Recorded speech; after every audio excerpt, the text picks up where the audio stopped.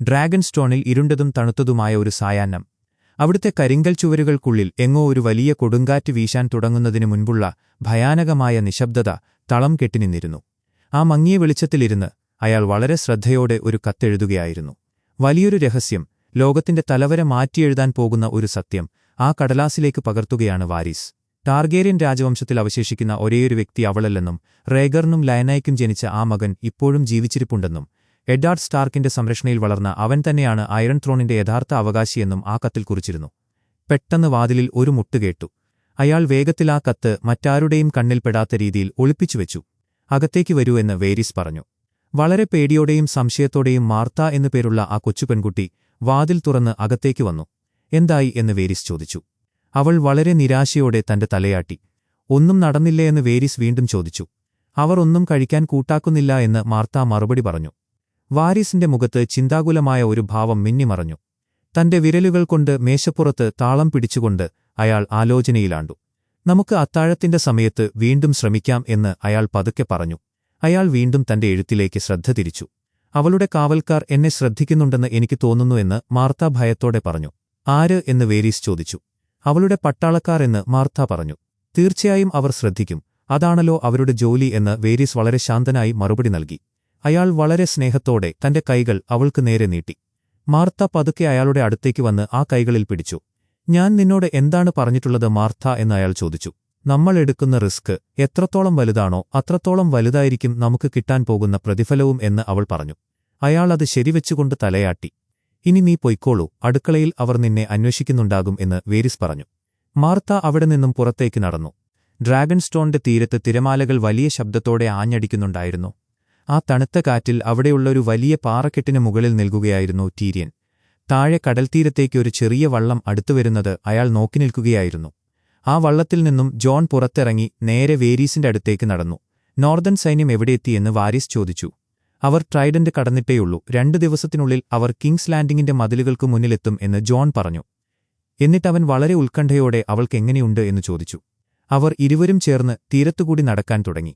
നമ്മൾ തിരിച്ചെത്തിയതിനുശേഷം അവൾ ആരെയും കണ്ടിട്ടില്ല. അവളുടെ മുറിയിൽ നിന്നും പുറത്തിറങ്ങിയിട്ടില്ല. ഒരു തുള്ളി വെള്ളം പോലെയോ ഭക്ഷണമോ കഴിച്ചിട്ടില്ല എന്ന് വേരിസ് പറഞ്ഞു.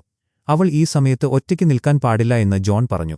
നിനക്ക് അവളെക്കുറിച്ച് വലിയ ഉത്കണ്ഠയുണ്ട്. നിന്റെ ആ വലിയ മനസ്സിനെ ഞാൻ അഭിനന്ദിക്കുന്നു എന്ന് വേരിസ് പറഞ്ഞു. നിങ്ങൾക്ക് അവളെക്കുറിച്ച് ഒരു ഉത്കണ്ഠയും ഇല്ലേ എന്ന് ജോൺ തിരികെ ചോദിച്ചു. എനിക്ക് നമ്മളെ എല്ലാവരെയും കുറിച്ചോർത്ത് ഉത്കണ്ഠയുണ്ട്. ടാർഗേറിയൻ വംശത്തിൽ ഓരോ തവണ ഒരാൾ ജനിക്കുമ്പോഴും ദൈവങ്ങൾ ഒരു നാണയം മുകളിലേക്ക് എറിയുമെന്നും അത് താഴെ വീഴുന്നതുവരെ ഈ ലോകം മുഴുവൻ ശ്വാസമടക്കിപ്പിടിച്ച് കാത്തിരിക്കുമെന്നും ഒരു ചൊല്ലുണ്ട് എന്ന് വാരിസ് പറഞ്ഞു. ഞാൻ വരുന്നിടത്ത് ആളുകൾ ഇങ്ങനെയുള്ള കടങ്കഥകളൊന്നും പറയാറില്ല എന്ന് ജോൺ പറഞ്ഞു. അവൾ ഇനി എന്താണ് ചെയ്യാൻ പോകുന്നതെന്ന് നമുക്ക് രണ്ടുപേർക്കും നന്നായി അറിയാമെന്ന് വേരീസ് വളരെ ഗൗരവത്തോടെ പറഞ്ഞു. അവർ രണ്ടുപേരും നടക്കുന്നത് നിർത്തി പരസ്പരം നോക്കി. ജോൺ ഒന്ന് നെടുവീർപ്പിട്ടു. അതെന്തായാലും അവളുടെ തീരുമാനമാണ്. അവളാണ് നമ്മുടെ രാജ്ഞി എന്ന് ജോൺ പറഞ്ഞു. അധികാരം എവിടെയാണ് ഇരിക്കേണ്ടത് എന്ന് തീരുമാനിക്കുന്നത് മനുഷ്യരാണ്. അതവർക്കറിയാമെങ്കിലും ഇല്ലെങ്കിലും എന്ന് വേരീസ് ഓർമ്മിപ്പിച്ചു. നിങ്ങൾക്ക് എന്താണ് വേണ്ടത് എന്ന് ജോൺ ചോദിച്ചു. എനിക്ക് എക്കാലത്തും ഒരൊറ്റ ആഗ്രഹമേ ഉണ്ടായിരുന്നുള്ളൂ. അയറൺ ത്രോണിലിരിക്കാൻ യോഗ്യതയുള്ള ശരിയായ ഒരു ഭരണാധികാരിയെ വേണം. അവളുടെ നാണയം എങ്ങോട്ടാണ് വീണതെന്ന് എനിക്കിപ്പോഴും അറിയില്ല. എന്നാൽ നിന്റെ കാര്യത്തിൽ എനിക്ക് പൂർണ്ണ ഉറപ്പുണ്ട് എന്ന് വാരിസ് പറഞ്ഞു. ജോൺ കുറച്ചുനേരം ആലോചനയിലാണ്ടു. എനിക്ക് ആ സിംഹാസനം വേണ്ട.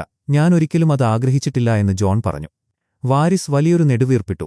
ജീവിച്ചിരിക്കുന്ന മറ്റാരേക്കാളും കൂടുതൽ ഭരണാധികാരികളെ കണ്ടിട്ടുള്ള ഒരാളാണ് ഞാൻ. ജനക്കൂട്ടത്തിനു മുൻപിൽ അവർ എങ്ങനെയെന്നും അടച്ചിട്ട മുറികൾക്കുള്ളിൽ അവരുടെ സ്വഭാവം എങ്ങനെയെന്നും ഞാൻ നേരിട്ട് കണ്ടിട്ടുണ്ട്. അവരുടെ പല ക്രൂരതകൾക്കും ഞാൻ സാക്ഷിയായിട്ടുണ്ട്. എന്നാൽ ഇപ്പോൾ ഞാൻ പറയുന്നത് സത്യമാണ്. ഈ നാടിനെ നീ വളരെ ബുദ്ധിപൂർവ്വം നയിക്കും. എന്നാൽ അവളെക്കുറിച്ച് വേരിസ് പറഞ്ഞു തീർക്കുന്നതിനു മുൻപ് തന്നെ അവളാണ് എന്റെ രാജ്ഞി എന്ന് ജോൺ ഉറപ്പിച്ചു പറഞ്ഞു. ജോൺ അവിടെ നിന്നും ഒറ്റയ്ക്ക് മുന്നോട്ട് നടന്നു. വാരിസ് നിരാശയോടെ അവനെ നോക്കി നിന്നു. മുകളിൽ പാറക്കെട്ടിൽ നിന്നും ടീരിയൻ വളരെ ഉത്കണ്ഠയോടെ ഇതെല്ലാം നോക്കിക്കാണുന്നുണ്ടായിരുന്നു. ഡ്രാഗൺ സ്റ്റോണിലെ വാർ റൂമിന്റെ വാതിൽക്കൽ ടീരിയൻ വന്നു നിന്നു. ആ മുറിയിൽ ആകെ ഒരു ശ്മശാനമൂകതയായിരുന്നു. നിങ്ങളുടെ അനുവാദമുണ്ടോ എന്ന് ടീരിയൻ ചോദിച്ചു. ഡാനറിസ് അവിടെ ഒരു പ്രതിമ പോലെ നിൽക്കുകയായിരുന്നു. അവളൊന്നും മറുപടി പറഞ്ഞില്ല. ടീരിയൻ വളരെ പതുക്കെ അവളുടെ അടുത്തേക്ക് നടന്നു. അവൾ തീരത്തേക്ക് നോക്കി നിൽക്കുകയായിരുന്നു.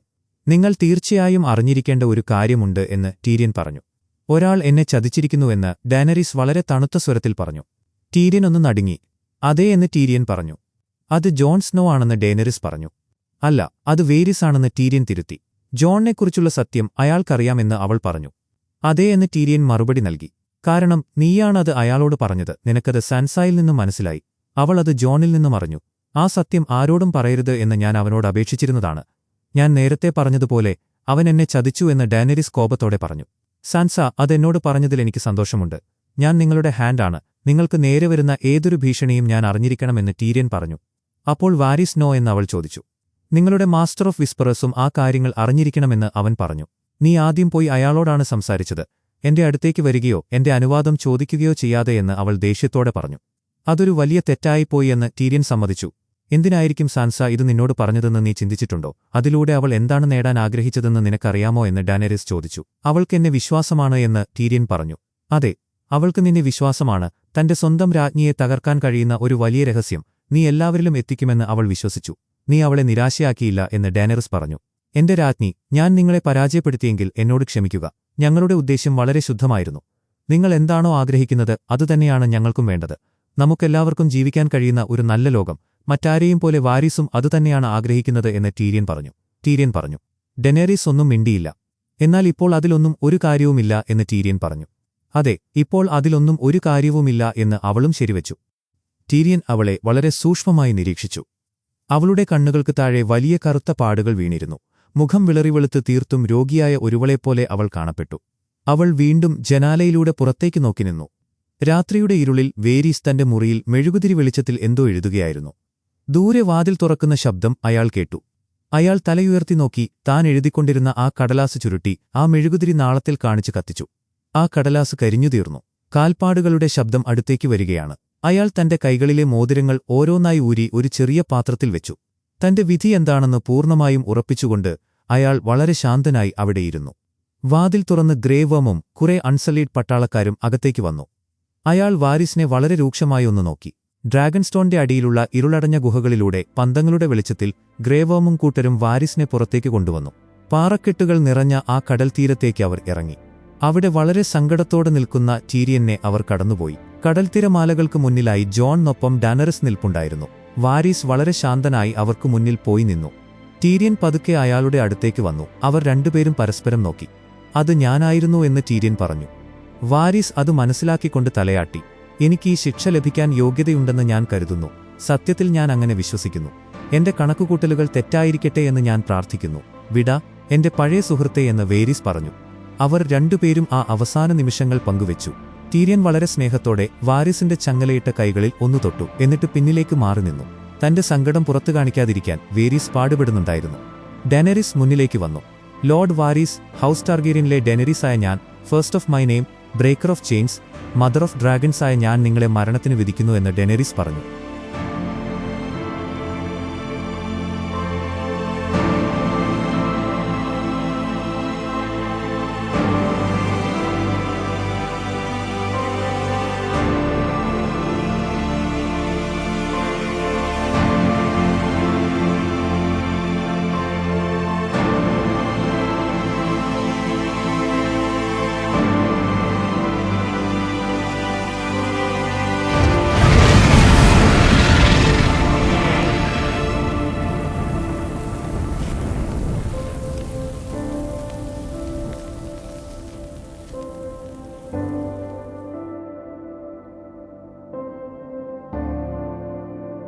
രാത്രിയുടെ നിശബ്ദതയിൽ ഡ്രാഗൺസ്റ്റോണിലെ മാപ്പ് റൂമിൽ ഒരു ചെറിയ തീയരികിൽ ഇരിക്കുകയായിരുന്നു ഡാനറിസ്. അവളുടെ കൈകളിൽ മിസെന്റെയുടെ തുകൽ കൊണ്ടുണ്ടാക്കിയ ആ കോളർ മുറുകെ പിടിച്ചിരുന്നു. ഗ്രേവർം ഒരു നിഴലുപോലെ അരികിൽ നിൽക്കുന്നുണ്ടായിരുന്നു. നാരോ സീ കടന്ന് ഞങ്ങൾ ഇങ്ങോട്ട് വന്നപ്പോൾ അവൾ കൂടെ കരുതിയ ഏക സമ്പാദ്യമാണിത്, ഡാനറിസ് വളരെ പതുക്കെ പറഞ്ഞു. അവൾ അത് ഗ്രേവർമിന് നേരെ നീട്ടി.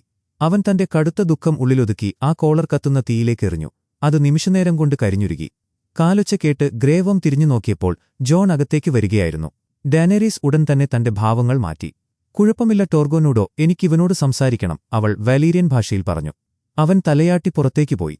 മുറിയിൽ ഒരു ഭാരമേറിയ നിശബ്ദത നിറഞ്ഞു. ആ രഹസ്യം നിന്റെ സഹോദരിയോട് വെളിപ്പെടുത്തിയാൽ സംഭവിക്കാൻ പോകുന്നത് ഇതാണെന്ന് ഞാൻ മുന്നറിയിപ്പ് നൽകിയിരുന്നതല്ലേ?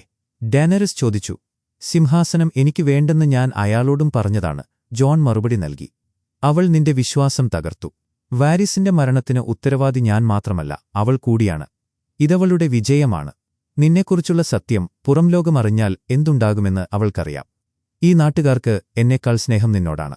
എനിക്കിവിടെ സ്നേഹമില്ല, ഭയം മാത്രമേയുള്ളൂ, ഡാനേരീസ് കൈപ്പോടെ പറഞ്ഞു. ഞാൻ നിന്നെ സ്നേഹിക്കുന്നു, നീ എന്നും എന്റെ രാജ്ഞിയായിരിക്കും, ജോൺ ഉറപ്പിച്ചു പറഞ്ഞു. അവൾ അവന്റെ അരികിലേക്ക് വന്ന് കണ്ണുകളിലേക്ക് നോക്കി. ഞാൻ നിനക്ക് വെറുമൊരു രാജ്ഞി മാത്രമാണോ? അവൾ ചോദിച്ചു. അവർ പരസ്പരം ചുംബിച്ചു. ആവേശകരമായ ആ ചുംബനത്തിനിടയിൽ പെട്ടെന്ന് ജോൺ പിന്തിരിഞ്ഞു. വലിയൊരു മാനസിക സംഘർഷത്തോടെ അവൻ അവളെ നോക്കി. ദയനീയമായി തലയാട്ടിക്കൊണ്ട് അവൾ പറഞ്ഞു, ശരി, അങ്ങനെയെങ്കിൽ അതങ്ങനെ തന്നെയാവട്ടെ. അവൾ പിന്നിലേക്ക് മാറി നിന്നു. എങ്കിൽ ഇനി ഭയം തന്നെ ഭരിക്കട്ടെ, അവൾ ഉറച്ച സ്വരത്തിൽ പറഞ്ഞു. പിന്നീട് ഡ്രാഗൺസ്റ്റോണിലെ ത്രോൺ റൂമിൽ വലിയൊരു സിംഹാസനത്തിലിരിക്കുകയായിരുന്നു ഡാനേരീസ്. ടീരിയനും ഗ്രേവർമും താഴെ നിൽക്കുന്നുണ്ടായിരുന്നു. അവിടെയുള്ള സാധാരണക്കാർ നിങ്ങളുടെ ശത്രുക്കളല്ല. മീരീനിൽ നിങ്ങൾ രക്ഷിച്ച പാവപ്പെട്ട മനുഷ്യരെപ്പോലെ തന്നെയാണ് അവരും, ടീരിയൻ വാദിച്ചു. മീരീനിൽ ഞാൻ എത്തിയപ്പോൾ അവിടുത്തെ അടിമകൾ അവരുടെ യജമാനന്മാർക്കെതിരെ പോരാടി സ്വയം സ്വതന്ത്രരായവരാണ്, ഡാനേരീസ് ഓർമ്മിപ്പിച്ചു. അവർക്ക് ഭയമാണ്. സെർസയെ എതിർക്കുന്നവരുടെ കുടുംബത്തെപ്പോലും അവൾ കൊന്നൊടുക്കും. അവരെല്ലാവരും വീരന്മാരാകണമെന്ന് നമ്മൾ പ്രതീക്ഷിക്കരുത്. അവൾ അവരെ തടവിലാക്കിയിരിക്കുകയാണ്, ടീരിയൻ പറഞ്ഞു. അതെ, അവരെല്ലാവരും ഒരു ഏകാധിപതിയുടെ പിടിയിലാണ്. അതിനിപ്പോൾ ആരുടെ തെറ്റാണ്, എന്റേതാണോ എന്ന് അവൾ ചോദിച്ചു. ആരുടെ തെറ്റാണെന്നതിന് എന്താണ് പ്രസക്തി? ആ നഗരം കത്തിയമർന്നാൽ ആയിരക്കണക്കിന് നിരപരാധികളായ കുട്ടികൾ മരിക്കും എന്ന് ടീരിയൻ പറഞ്ഞു.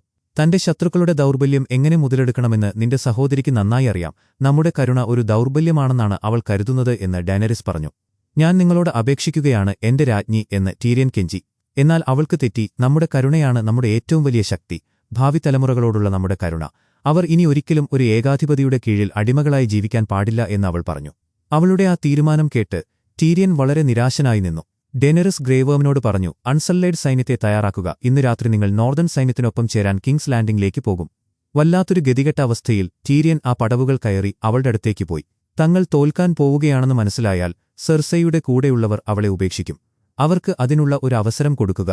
ആ നഗരം കീഴടങ്ങാൻ തയ്യാറാവുകയാണെങ്കിൽ അവർ അവിടുത്തെ വലിയ മണികൾ മുഴക്കുകയും കോട്ടവാതിലുകൾ തുറന്നിടുകയും ചെയ്യും. ദയവുചെയ്ത് ആ മണികളുടെ ശബ്ദം കേട്ടാൽ നിങ്ങൾ ഈ ആക്രമണം അവസാനിപ്പിക്കണം എന്ന് ടീരിയൻ അപേക്ഷിച്ചു. അവൾ അത് സമ്മതിച്ചുകൊണ്ട് ഗ്രേവർമിനോട് പതുക്കെ തലയാട്ടി. നഗരത്തിനു പുറത്ത് എനിക്കായി കാത്തിരിക്കുക. എപ്പോഴാണ് ആക്രമിക്കേണ്ടതെന്ന് നിനക്ക് മനസ്സിലാകും എന്ന് അവൾ പറഞ്ഞു. അവൻ തലയാട്ടി പുറത്തേക്ക് പോയി. അവർ രണ്ടുപേരും കുറച്ചുനേരം പരസ്പരമൊന്നും മിണ്ടാതെ നോക്കി നിന്നു. ടീരിയൻ തന്റെ രാജ്ഞിയോട് നന്ദി പറഞ്ഞുകൊണ്ട് പതുക്കെയൊന്ന് വണങ്ങി. അവൻ തിരിഞ്ഞു നടക്കാൻ തുടങ്ങി. നമ്മുടെ അതിർത്തി കടക്കാൻ ശ്രമിച്ച നിന്റെ സഹോദരനെ നമ്മുടെ കാവൽക്കാർ പിടികൂടിയിട്ടുണ്ട് എന്ന് ഡാനേരീസ് പറഞ്ഞു.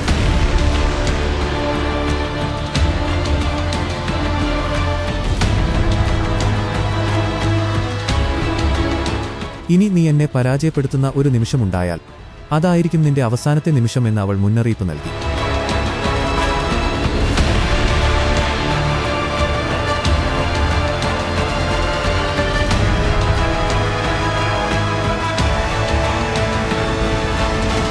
കിങ്സ് ലാൻഡിംഗിന്റെ തെരുവുകളിലൂടെ ആളുകൾ വലിയ ശബ്ദമുണ്ടാക്കിക്കൊണ്ട് റെഡ് കീപ്പിന്റെ സുരക്ഷിതത്വത്തിലേക്ക് ഓടിക്കൊണ്ടിരുന്നു.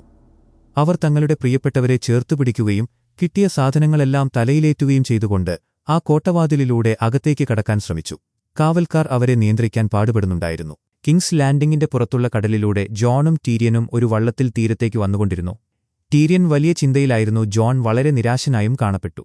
അവർ കരയിലെത്തിയപ്പോൾ ഡാവോസ് അവർക്കായി കാത്തുനിൽപ്പുണ്ടായിരുന്നു. ക്യാമ്പിൽ വലിയ ഒരുക്കങ്ങൾ നടക്കുകയായിരുന്നു. എല്ലാവരും വരാനിരിക്കുന്ന ആ വലിയ യുദ്ധത്തിനായുള്ള തയ്യാറെടുപ്പിലായിരുന്നു. അവർ മൂന്നുപേരും കുറച്ചുനേരം അവിടെ നിന്നു. ബാക്കിയുള്ള സൈന്യം നാളെ രാവിലെയോടെ ഇവിടെ എത്തും എന്ന് ഡാവോസ് പറഞ്ഞു. അവൾക്ക് ഇപ്പോൾ തന്നെ ആക്രമിക്കണം എന്നാണ് ആഗ്രഹം എന്ന് ടീരിയൻ പറഞ്ഞു. കുറഞ്ഞത് നാളെ രാവിലെയെങ്കിലുമാകും എന്ന് ജോൺ പറഞ്ഞു. അവൻ അവിടെയുള്ള സ്റ്റാർക്ക് സൈനികരോട് സംസാരിക്കാൻ പോയി. ഡാവോസ് തിരിഞ്ഞു നടക്കാൻ ശ്രമിച്ചപ്പോൾ ടീരിയൻ അയാളെ തടഞ്ഞു നിർത്തി. ഡാവോസ്, എനിക്ക് നിങ്ങളോടൊരു സഹായം ചോദിക്കാനുണ്ട്. ജീവിച്ചിരിക്കുന്നവരിൽ വെച്ച് ഏറ്റവും വലിയ കള്ളക്കടത്തുകാരൻ നിങ്ങളല്ലേ എന്ന് ടീരിയൻ ചോദിച്ചു. നിങ്ങൾ ചോദിക്കാൻ പോകുന്ന സഹായം എനിക്കത്ര ഇഷ്ടപ്പെടാൻ സാധ്യതയില്ല അല്ലേ എന്ന് ഡാവോസ് തിരികെ ചോദിച്ചു. രാത്രിയിലെ ക്യാമ്പിൽ വലിയ നിശബ്ദതയായിരുന്നു. അവിടെയെല്ലാം പന്തങ്ങൾ കത്തിച്ചുവെച്ചിട്ടുണ്ടായിരുന്നു. പെട്ടെന്ന് ഹൗണ്ടും ആര്യ സ്റ്റാർക്കും കുതിരപ്പുറത്ത് അവിടേക്ക് വന്നു. ഒരു കാവൽക്കാരൻ അവരെ തടഞ്ഞു നിർത്തി. നിങ്ങൾ എങ്ങോട്ടാണ് പോകുന്നത് എന്ന് അയാൾ ചോദിച്ചു. ഞാൻ ആര്യ സ്റ്റാർക്ക്, ഞാൻ ക്വീൻ സെർസിയെ കൊല്ലാൻ പോവുകയാണ് എന്ന് അവൾ പറഞ്ഞു. കാവൽക്കാരൻ ആകെ ആശയക്കുഴപ്പത്തിലായി. നീ ഒന്നാലോചിച്ചു നോക്ക്. അവൾ സെർസിയെ കൊന്നാൽ ഈ യുദ്ധം അവിടെ തീരും. പിന്നെ ഒരു ആക്രമണത്തിന്റെ ആവശ്യമുണ്ടാകില്ല. ചിലപ്പോൾ നീ നാളെ മരിക്കുക പോലുമില്ല എന്ന് ഹൗണ്ട് പറഞ്ഞു. എനിക്ക് പോയി എന്റെ ക്യാപ്റ്റനോട് സംസാരിക്കണം എന്ന് കാവൽക്കാരൻ പറഞ്ഞു. നീ പോയി സംസാരിക്ക് എന്ന് ഹൗണ്ട് പറഞ്ഞു. അവർ വീണ്ടും മുന്നോട്ട് നടന്നു. ക്യാമ്പിന്റെ മറ്റൊരു ഭാഗത്ത് ടീരിയൻ അവിടെ കാവൽ നിൽക്കുന്ന അൺസളീഡ് പട്ടാളക്കാരുടെ ഇടയിലൂടെ നടന്നു. ഒരു പട്ടാളക്കാരൻ അവനെ സംശയത്തോടെ നോക്കി. ടീരിയൻ വലിറിയൻ ഭാഷയിൽ എന്തൊക്കെയോ പറയാൻ ശ്രമിച്ചു. എന്നാൽ അയാൾക്ക് അതൊന്നും മനസ്സിലായില്ല. ഒടുവിൽ ടീരിയൻ വളരെ കഷ്ടപ്പെട്ട് സംസാരിക്കാൻ ശ്രമിച്ചപ്പോൾ ഞങ്ങൾ ഇംഗ്ലീഷ് സംസാരിക്കും എന്ന് ആ പട്ടാളക്കാരൻ പറഞ്ഞു. അപ്പൊ ശരി, എനിക്ക് ആ തടവുകാരനുമായി കുറച്ചുനേരം ഒറ്റയ്ക്ക് സംസാരിക്കണം. നിങ്ങൾ പോയി വിശ്രമിക്കൂ. നാളെ വളരെ നീണ്ട ഒരു ദിവസമായിരിക്കുമെന്ന് ടീരിയൻ പറഞ്ഞു. ഞങ്ങൾക്ക് ഈ തടവുകാരന് കാവൽ നിൽക്കാൻ ഉത്തരവുണ്ട് എന്ന് അയാൾ പറഞ്ഞു. ആര് തന്ന ഉത്തരവ്? സാക്ഷാൽ രാജ്ഞി നേരിട്ട് തന്നതാണോ എന്ന് ടീരിയൻ ചോദിച്ചു. അല്ല എന്ന് അയാൾ പറഞ്ഞു. അങ്ങനെയെങ്കിൽ രാജ്ഞിയുടെ ഹാൻഡായ എനിക്ക് നിങ്ങൾക്ക് ഉത്തരവ് തന്ന ആളേക്കാൾ വലിയ അധികാരമുണ്ട്. അതുകൊണ്ട് നിങ്ങൾ മാറിക്കൊടുക്കണമെന്ന് ടീരിയൻ ഗൗരവത്തോടെ പറഞ്ഞു. അവർ പരസ്പരം നോക്കിയിട്ട് അവിടെ നിന്നും മാറി. ടീരിയൻ ആ കൂടാരത്തിലേക്ക് കയറി. ടീരിയൻ പതുക്കെ അവന്റെ പിന്നിലെത്തി. അവർ നിന്നെ എങ്ങനെയാണ് കണ്ടുപിടിച്ചത് എന്ന് ടീരിയൻ ചോദിച്ചു. ജെയ്മി തന്റെ സ്വർണ്ണക്കൈ ഉയർത്തിക്കാണിച്ചു. അതൊന്ന് അഴിച്ചുവെക്കുന്നതിനെക്കുറിച്ച് നീ ചിന്തിച്ചില്ലേ എന്ന ടീരിയന്റെ ചോദ്യത്തിന് സെർസി ഒരിക്കൽ എന്നെ ലോകത്തിലെ ഏറ്റവും വലിയ വിഡ്ഢിയായ ലാനിസ്റ്റർ എന്ന് വിളിച്ചിട്ടുണ്ട് എന്ന് ജെയിം മറുപടി നൽകി. എന്നിട്ടും നീ അവളുടെ അടുത്തേക്ക് തന്നെ മടങ്ങുകയാണോ? അവളോടൊപ്പം മരിക്കാൻ? ടീരിയൻ ചോദിച്ചു. നീ ഇപ്പോഴും അവളുടെ കരുത്തിനെ കുറച്ചു കാണുകയാണ്, ജെയിം പറഞ്ഞു. അവൾ മരിക്കാൻ പോവുകയാണ് ജെയ്മി.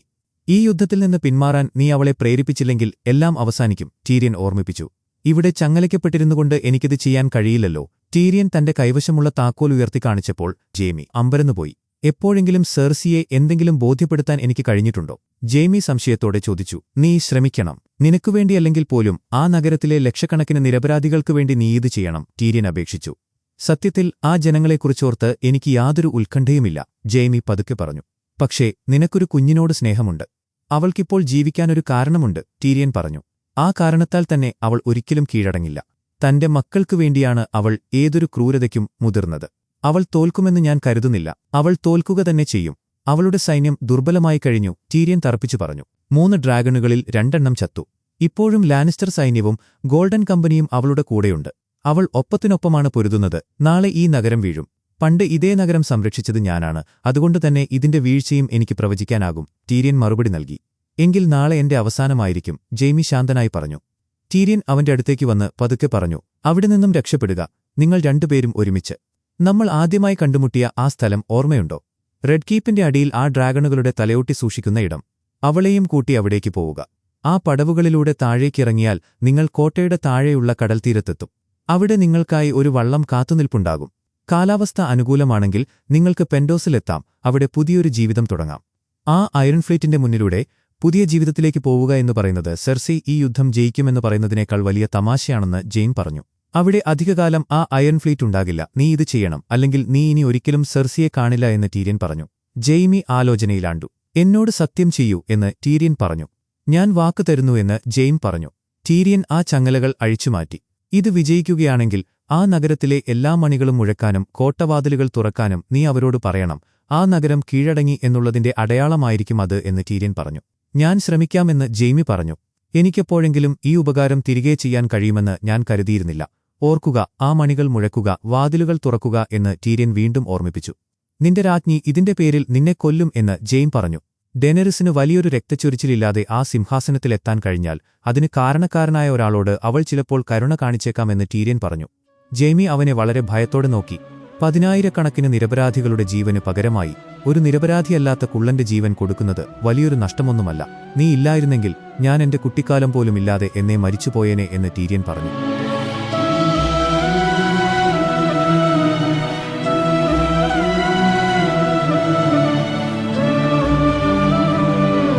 എന്നെ ഒരു രാക്ഷസനെപ്പോലെ കാണാത്ത ഒരേയൊരാൾ നീ മാത്രമായിരുന്നു. എനിക്ക് നീ മാത്രമേ ഉണ്ടായിരുന്നുള്ളൂ എന്ന് ടീരിയൻ വിതുമ്പിക്കൊണ്ട് പറഞ്ഞു. ജെയിം എന്തോ പറയാൻ ശ്രമിച്ചെങ്കിലും ടീരിയൻ അവനെ കെട്ടിപ്പിടിച്ചു. അവർ പരസ്പരം കെട്ടിപ്പിടിച്ചു കരഞ്ഞു. ഇനി ചിലപ്പോൾ അവർ തമ്മിൽ കണ്ടുമുട്ടില്ല എന്ന് അവർക്കറിയാമായിരുന്നു.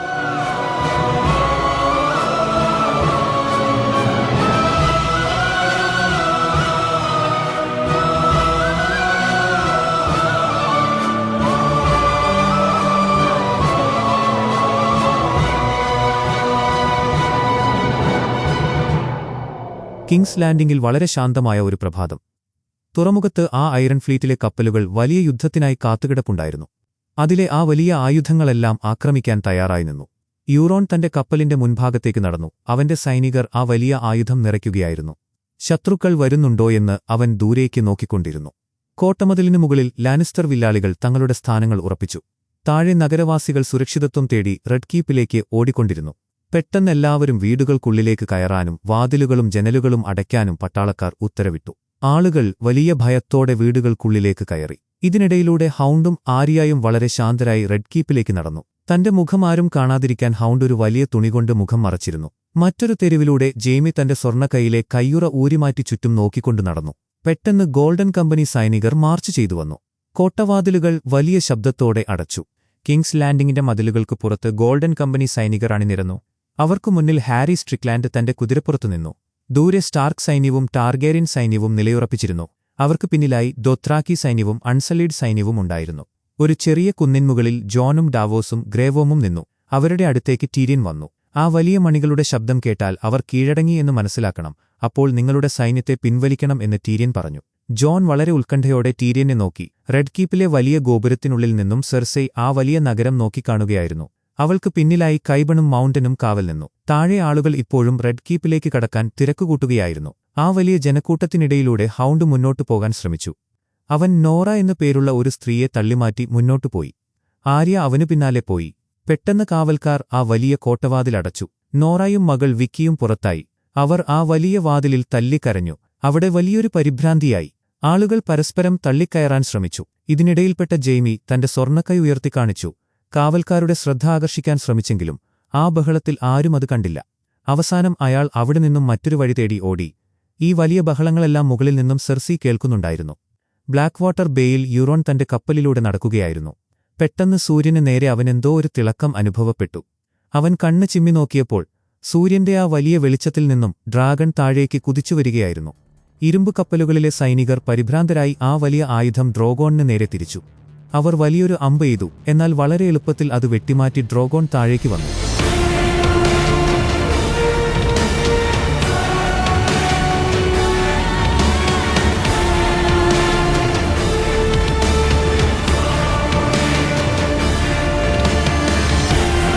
ഡെനേരിസും ഡ്രോഗോണും ആ അയൺ ഫ്ലീറ്റ് മുഴുവനായും ചുട്ടരിച്ചു. അവർ നേരെ നഗരത്തിനു നേരെ പറന്നു. കോട്ടമതിലുകൾക്ക് മുകളിലുള്ള സൈനികർ ഡ്രോഗോണിന് നേരെ അമ്പുകൾ എയ്തുകൊണ്ടിരുന്നു. എന്നാൽ ഡ്രാഗൺ തന്റെ വലിയ തീജ്വാല കൊണ്ട് ആ മതിലുകളെല്ലാം തകർത്തു തരിപ്പണമാക്കി. സൈനികർ ആ തീയിൽ വെന്തുരുകി. മതിലുകൾക്ക് പുറത്ത് ഗോൾഡൻ കമ്പനി വളരെ അച്ചടക്കത്തോടെ നിൽക്കുകയായിരുന്നു. പെട്ടെന്ന് കാറ്റ് വീശാൻ തുടങ്ങി. വലിയ ചിറകടിയൊച്ച കേട്ട് അവർ മുകളിലേക്ക് നോക്കി. അപ്പോഴേക്കും വൈകിപ്പോയിരുന്നു.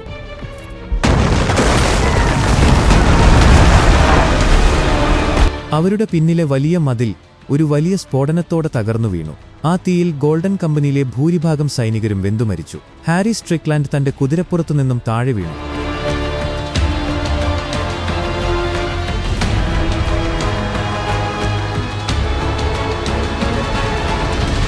അവൻ എഴുന്നേറ്റ് തിരിഞ്ഞോടാൻ ശ്രമിച്ചെങ്കിലും ഗ്രേവം തന്റെ വലിയ കുന്തം കൊണ്ട് അവനെ കുത്തിക്കൊന്നു. അൺസലീഡ് സൈന്യവും ദോത്രാക്കി സൈന്യവും വലിയൊരു അലർച്ചയോടെ ആ തകർന്ന മതിലിലൂടെ നഗരത്തിലേക്ക് കുതിച്ചു.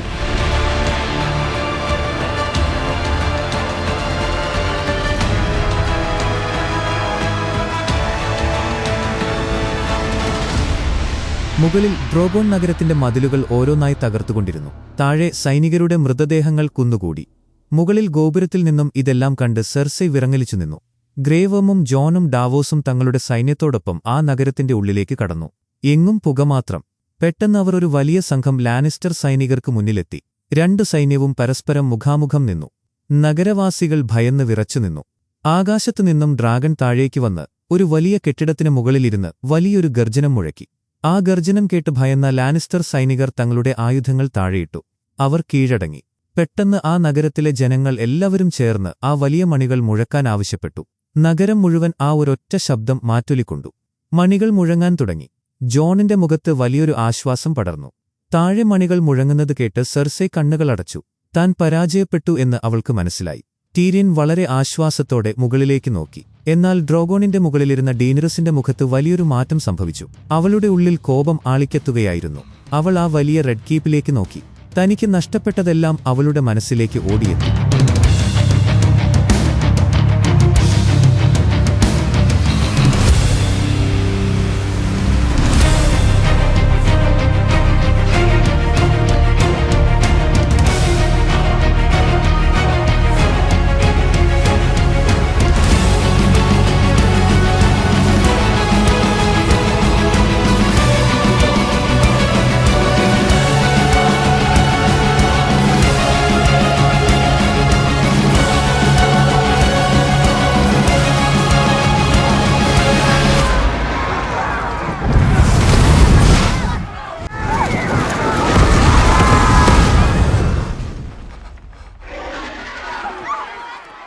നിരപരാധികളായ മനുഷ്യർ തങ്ങൾക്ക് കഴിയുന്നത്ര വേഗത്തിൽ ഓടി.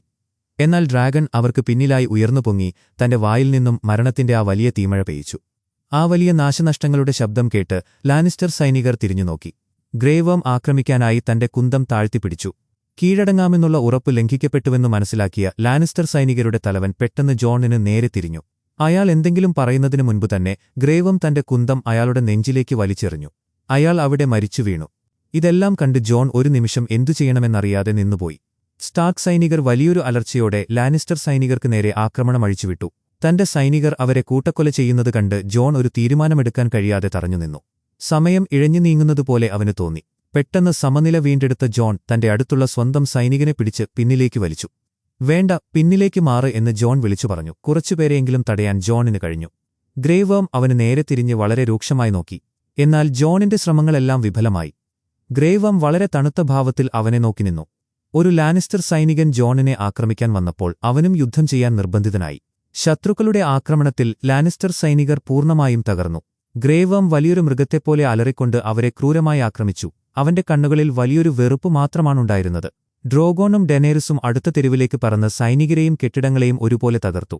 മുകളിൽ ഗോപുരത്തിൽ നിന്നും ഡ്രാഗൺ ആ നഗരം ചുട്ടിരിക്കുന്നത് സെർസൈ നോക്കി നിന്നു. നഗരം മുഴുവൻ വലിയ തീജ്വാലകൾ പടർന്നു. കറുത്ത പുക ആകാശത്തേക്ക് ഉയർന്നു. താഴെ തെരുവിലിരുന്ന് ടീരിൻ ഇതുകണ്ട് വിശ്വസിക്കാൻ കഴിയാതെ തറഞ്ഞുനിന്നു. നിരപരാധികളായ മനുഷ്യർ പ്രാണരക്ഷാർത്ഥം ഓടി. എന്നാൽ അവരും ആ തീയിൽ വെന്തുമരിച്ചു. അൺസലീഡ് സൈന്യം ആ തെരുവുകളിലൂടെ മുന്നേറുകയും പരിക്കേറ്റ ലാനിസ്റ്റർ സൈനികരെ കൊന്നൊടുക്കുകയും ചെയ്തു. ചുറ്റും ഭയന്നുവിറച്ച ജനങ്ങൾ പ്രാണനുവേണ്ടി കരഞ്ഞുകൊണ്ട് ഓടി. ഡാവോസ് അവരെ സുരക്ഷിതമായ സ്ഥലത്തേക്ക് മാറ്റാൻ ശ്രമിച്ചു. വേഗത്തിൽ പോകൂ എന്ന് ഡാവോസ് പറഞ്ഞു. മറ്റുള്ളവർ പ്രാണനുവേണ്ടി ഓടിമറഞ്ഞപ്പോൾ ഒരു കൊച്ചു പെൺകുട്ടി വലിയൊരു തൂണിന് പിന്നിൽ ഒളിച്ചുനിന്നു. ഡ്രോഗോൺ അടുത്ത തെരുവിലെ ജനങ്ങളെയും ചാമ്പലാക്കി. ജോൺ ഈ വലിയ നാശനഷ്ടങ്ങൾ തടയാൻ കഴിയാതെ പകച്ചുനിന്നു. ചില ലാനിസ്റ്റർ സൈനികർ ജനങ്ങളെ സുരക്ഷിത സ്ഥാനത്തേക്ക് മാറ്റാൻ ശ്രമിച്ചു. ജോണിന്റെ സൈനികർ നഗരം നശിപ്പിച്ചുകൊണ്ടിരുന്നു. അവൻ ആകെ തളർന്നുപോയിരുന്നു. പെട്ടെന്നൊരു സ്റ്റാർക്ക് സൈനികൻ ഒരു സ്ത്രീയെ പീഡിപ്പിക്കാനായി ഒരു ഇടവഴിയിലേക്ക് വലിച്ചിഴച്ചുകൊണ്ടു പോകുന്നത് ജോൺ കണ്ടു. അവൾ താഴെ വീണ് ഇഴഞ്ഞുമാറാൻ ശ്രമിച്ചു. ആ സൈനികൻ അവളെ വീണ്ടും ആക്രമിക്കാൻ തുടങ്ങിയപ്പോൾ ജോൺ അവനെ പുറകിൽ നിന്നും പിടിച്ചു വലിച്ചുമാറ്റി. അവനെ ചുമരിനോട് ചേർത്തു നിർത്തി തന്റെ വാൾ കാണിച്ച് ഭയപ്പെടുത്തി. ആ സൈനികൻ ആദ്യമൊന്ന് പകച്ചെങ്കിലും അവൻ ജോണിനെ ധിക്കരിച്ചുകൊണ്ട് വീണ്ടും അവൾക്ക് നേരെ തിരിഞ്ഞു.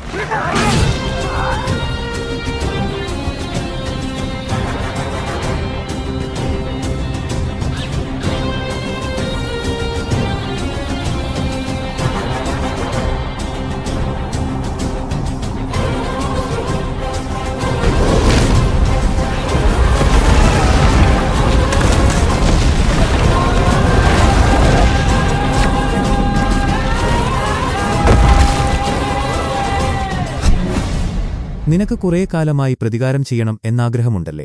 എന്നാൽ എന്റെ ജീവിതം മുഴുവൻ ഞാൻ അതിനുവേണ്ടി മാത്രമാണ് ജീവിച്ചത്. നീ എന്നെ നോക്കൂ എന്ന് ഹൗണ്ട് അവളുടെ തോളിൽ പിടിച്ചുകൊണ്ട് ചോദിച്ചു. നീ എന്നെപ്പോലെ ആകാൻ ആഗ്രഹിക്കുന്നുണ്ടോ എന്ന് അവൻ ചോദിച്ചു. നീ എന്റെ കൂടെ വന്നാൽ നീ ഇവിടെ മരിക്കും എന്ന് അവൻ ഉറപ്പിച്ചു പറഞ്ഞു. ഹൗണ്ട് അവിടെ നിന്നും തിരിഞ്ഞു നടന്നു. ആര്യ കുറച്ചുനേരം അവിടെ നിന്നിട്ട് അവനെ വിളിച്ചു. സാൻഡോർ എന്നവൾ വിളിച്ചപ്പോൾ അവൻ തിരിഞ്ഞുനോക്കി. നന്ദി എന്നവൾ പറഞ്ഞു. അവൻ അത് കേട്ട് അവളെയൊന്ന് നോക്കിയിട്ട് ആ കോട്ടയ്ക്കുള്ളിലേക്ക് നടന്നു. സെർസെയും കൈബണും മൗണ്ടനും മറ്റ് കാവൽക്കാരും ആ ഗോപുരത്തിന്റെ പടവുകൾ ഇറങ്ങിവരികയായിരുന്നു. മുകളിൽ ഡ്രാഗൺ ഗർജിച്ചു. വലിയൊരു ഭാഗം അവരുടെ പിന്നിലായി തകർന്നു വീണു. ആ ഗോപുരം കുലുങ്ങിയപ്പോൾ അവർ താഴെ വീണു. മുകളിൽ നിന്നുള്ള കല്ലുകൾ പതിച്ച് മൗണ്ടൻ താഴെ വീണു. അവൻ തന്റെ ശരീരം കൊണ്ട് സെർസെയെ സംരക്ഷിച്ചു. കുറച്ചു കഴിഞ്ഞപ്പോൾ അവൻ എഴുന്നേറ്റുനിന്നു. സെർസെയ്ക്കും കൈബണ്ണും കുഴപ്പമൊന്നും ഉണ്ടായിരുന്നില്ല. മുകളിലേക്ക് നോക്കിയപ്പോൾ വലിയ പുക മാത്രമേ ഉണ്ടായിരുന്നുള്ളൂ. പെട്ടെന്ന് താഴെ നിന്നും ഹൗണ്ട് കയറി വന്നു. എന്റെ രാജ്ഞിയെന്ന് അവൻ തലയാട്ടിക്കൊണ്ടു പറഞ്ഞു. കാവൽക്കാർ അവനെ ആക്രമിക്കാൻ വന്നപ്പോൾ വളരെ എളുപ്പത്തിൽ അവൻ അവരെയെല്ലാം കൊന്നു. അവൻ മുകളിലേക്ക് നോക്കി. മൗണ്ടൻ പതുക്കെ അവന് നേരെ നടന്നു. സർ ഗ്രെഗോർ, എന്റെ കൂടെ നിൽക്കൂ എന്ന് സെർസി പറഞ്ഞു. അവൻ തന്റെ ചുവന്ന കണ്ണുകൾ കൊണ്ട് അവളെ തിരിഞ്ഞു നോക്കിയിട്ട് വീണ്ടും മുന്നോട്ട് നടന്നു. ഞാൻ നിന്നോട് ആജ്ഞാപിക്കുകയാണ് എന്ന് അവൾ പറഞ്ഞു. രാജ്ഞിയെ അനുസരിക്കൂ എന്ന് കൈബൺ പറഞ്ഞു. കൈബൺ അവനെ തടയാൻ ശ്രമിച്ചപ്പോൾ മൗണ്ടൻ അവനെ കഴുത്തിന് പിടിച്ച് പടവുകളിലേക്ക് താഴേക്കെറിഞ്ഞു. കൈബണിന്റെ തല ആ കല്ലുകളിലിടിച്ച് അവൻ തൽക്ഷണം മരിച്ചു. മൗണ്ടൻ വീണ്ടും ഹൗണ്ടിന് നേരെ നടന്നു. സെർസെ വളരെ ഭയത്തോടെ അവരെ കടന്ന് അവിടെ നിന്നും ഓടി.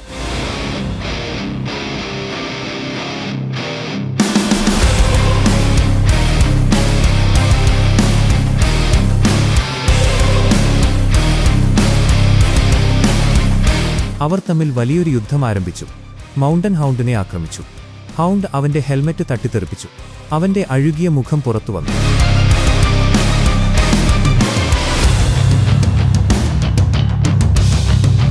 അവരുടെ വാളുകൾ വലിയ ശബ്ദത്തിൽ കൂട്ടിയിടിച്ചു. മൗണ്ടൻ ഉച്ചത്തിൽ അലറി.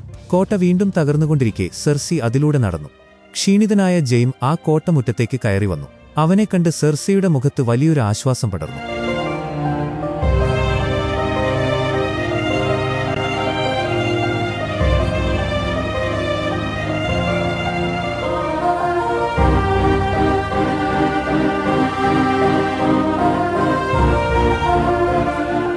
നിനക്ക് മുറിവേറ്റിട്ടുണ്ട് എന്ന് അവൾ പറഞ്ഞു. സാരമില്ല എന്ന് അവൻ പറഞ്ഞു. അവളുടെ കൈകൾ നിറയെ അവന്റെ രക്തമായിരുന്നു. കോട്ട വീണ്ടും താഴേക്ക് ഇടിഞ്ഞു വീഴാൻ തുടങ്ങി. അവർ ഒരുമിച്ച് അവിടെ നിന്നും നടന്നു. ഹൗണ്ടും മൗണ്ടനും തമ്മിൽ ക്രൂരമായി പോരാടി. ഹൗണ്ട് അവന്റെ വാൾ തട്ടിത്തെറിപ്പിച്ചു. എന്നിട്ട് തന്റെ വാൾ മൗണ്ടന്റെ വയറ്റിലേക്ക് കുത്തിയിറക്കി. എന്നാൽ മൗണ്ടനിന് യാതൊരു ഭാവവ്യത്യാസവും ഉണ്ടായിരുന്നില്ല. ഇതുകണ്ട് ഹൗണ്ട് ആകെ അമ്പരന്നുപോയി. അവൻ കൂടുതൽ ശക്തിയോടെ ആ വാൾ ഉള്ളിലേക്ക് തള്ളി. എന്നാൽ മൗണ്ടൻ അവനെ ഒറ്റയടിക്ക് താഴേക്ക് തെറിപ്പിച്ചു. അവൻ വീണ്ടും എഴുന്നേറ്റ് തന്റെ ചേട്ടനെ ആക്രമിക്കാൻ ശ്രമിച്ചു. ആര്യ ആ തെരുവുകളിലൂടെ മുന്നോട്ട് നടന്നു. ചുറ്റും ആളുകൾ വേദന കൊണ്ട് പുളയുന്നുണ്ടായിരുന്നു. എങ്ങും വലിയ പുക മാത്രം. മുകളിൽ ഡ്രാഗൺ പറക്കുന്ന ശബ്ദം കേട്ട് ആര്യ വേഗത്തിൽ നടന്നു. ആര്യ അവിടെ നിന്നും ഓടി. വലിയൊരു ജനക്കൂട്ടത്തിനിടയിൽപ്പെട്ട് അവൾ താഴെ വീണു. മൗണ്ടൻ ഹൗണ്ടിനെ വീണ്ടും താഴേക്കെറിഞ്ഞു. താഴെ വീണ ആര്യ എഴുന്നേൽക്കാൻ പാടുപെട്ടു. മൗണ്ടൻ ഹൗണ്ടിന്റെ കഴുത്ത് ഞെരിച്ച് ചുമരിനോട് ചേർത്ത് നിർത്തി.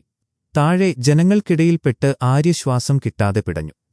ആര്യ തന്റെ തല കൈകൊണ്ട് പൊത്തിപ്പിടിച്ചു. പെട്ടെന്നൊരാൾ അവൾക്ക് നേരെ കൈ നീട്ടി.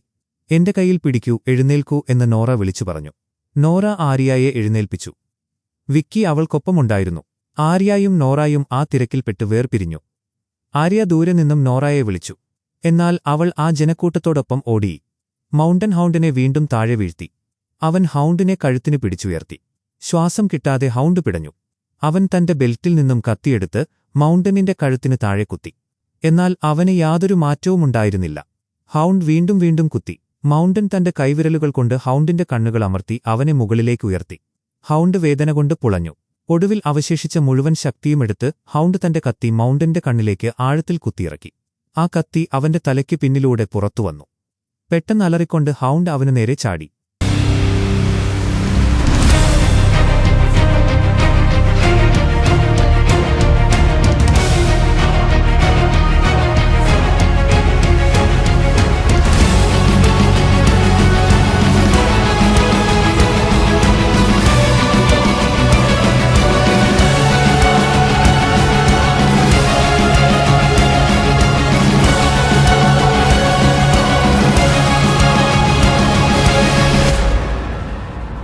ജോണും ഡാവോസും ആ വലിയ കൂട്ടക്കൊല നോക്കി നിന്നു. അവർക്ക് മതിയായിരുന്നു. ജോൺ തന്റെ വാൾ ഉറയിലിട്ടു. നമ്മൾ പിന്മാറണം, ആ കോട്ടമതിലിന് പുറകിലേക്ക് മാറൂ എന്ന് ജോൺ വിളിച്ചു പറഞ്ഞു. അവൻ തന്റെ സൈനികരെ പിടിച്ച് പിന്നിലേക്ക് വരാൻ നിർബന്ധിച്ചു. സ്റ്റാർക്ക് സൈനികർ പിന്മാറാൻ തുടങ്ങി. ചാരത്താൽ മൂടപ്പെട്ട നിലയിൽ ബോധമില്ലാതെ കിടക്കുകയായിരുന്നു ആര്യ. വലിയൊരു സ്ഫോടന ശബ്ദം കേട്ട് അവൾ ഞെട്ടിയുണർന്നു. ആ പൊടിപടലങ്ങൾക്കിടയിലൂടെ അവൾ ഒരു ചുമരിനോട് ചേർന്നിരുന്നു. അവൾക്കൊപ്പം വേറെയും കുറെ ആളുകൾ അവിടെ ഒളിച്ചിരിപ്പുണ്ടായിരുന്നു. അവൾ അവിടെ പേടിച്ചിരിക്കുന്ന നോറായുടെ കയ്യിൽ പിടിച്ചു. നിങ്ങൾക്കിവിടെ നിൽക്കാൻ കഴിയില്ല, മുന്നോട്ടു പോകൂ എന്ന് ആര്യ പറഞ്ഞു. ഞങ്ങൾക്ക് പുറത്തേക്ക് പോകാൻ കഴിയില്ല, അവിടെ എല്ലാവരും മരിച്ചു എന്ന് ഒരു സ്ത്രീ പറഞ്ഞു. നിങ്ങൾ ഇവിടെ നിന്നാൽ മരിക്കും, എന്റെ പിന്നാലെ വരൂ എന്ന് ആര്യ പറഞ്ഞു. അവൾ നോറയെയും വിക്കിയെയും എഴുന്നേൽപ്പിച്ചു. അവർ വീണ്ടും തെരുവിലൂടെ ഓടി. പെട്ടെന്ന് ദോത്രാക്കികൾ കുതിരപ്പുറത്ത് വന്ന് ആളുകളെ കൊന്നൊടുക്കി. ആര്യയും നോറായും ഇരുവശത്തേക്കും മാറി. അമ്മേ എന്ന് വിളിച്ച് കരഞ്ഞുകൊണ്ട് വിക്കി നിന്നു. നോറ നിലത്ത് വീണുകിടക്കുകയായിരുന്നു. പെട്ടെന്ന് ഡ്രാഗൺ അവർക്ക് പിന്നിലെത്തി. എഴുന്നേൽക്കൂ എന്ന് ആര്യ പറഞ്ഞു. അവളെ കൊണ്ടുപോകൂ എന്ന് കരഞ്ഞുകൊണ്ട് നോറ പറഞ്ഞു. ആര്യ വിക്കിയെ പിടിച്ചുമാറ്റാൻ ശ്രമിച്ചെങ്കിലും അവൾ കുതറിമാറി തന്റെ അമ്മയുടെ അടുത്തേക്ക് ഓടി. ഡ്രോഗോൺ അവർക്ക് നേരെ വലിയ തീജ്വാലകൾ തുപ്പി. ആര്യ ഒരു ഇടവഴിയിലേക്ക് ചാടിമാറി. നോറായും വിക്കിയും ആ തീയിൽ വെന്തുമരിച്ചു. ജെയ്മിയും സെർസിയും റെഡ് കീപ്പിന്റെ താഴെയുള്ള ആ ഡ്രാഗൺ തലയോട്ടികൾ സൂക്ഷിക്കുന്ന നിലവറയിലെത്തി. പുറത്തുനിന്നും വലിയ ശബ്ദങ്ങൾ കേൾക്കാമായിരുന്നു. എന്നാൽ അവർക്ക് പുറത്തുപോകാനുള്ള വഴികളെല്ലാം കല്ലുകൾ വീണ് അടഞ്ഞിരുന്നു. എന്റെ കുഞ്ഞ് ജീവിക്കണം, എനിക്കങ്ങനെ മരിക്കാൻ കഴിയില്ല എന്ന് അവൾ കരഞ്ഞുകൊണ്ട് പറഞ്ഞു. അവൻ അവളുടെ അടുത്തേക്ക് വന്നു. ജെയിം എന്നെ മരിക്കാൻ അനുവദിക്കരുത് എന്നവൾ കെഞ്ചി. അവൻ അവളെ കെട്ടിപ്പിടിച്ചു. എന്നെ നോക്കൂ, എന്നെ മാത്രം നോക്കൂ എന്ന് ജെയ്മി പറഞ്ഞു. വേറെ ഒന്നും ഇപ്പോൾ പ്രസക്തമല്ല, നമ്മൾ മാത്രമേയുള്ളൂ. അവർ പരസ്പരം കെട്ടിപ്പിടിച്ചു.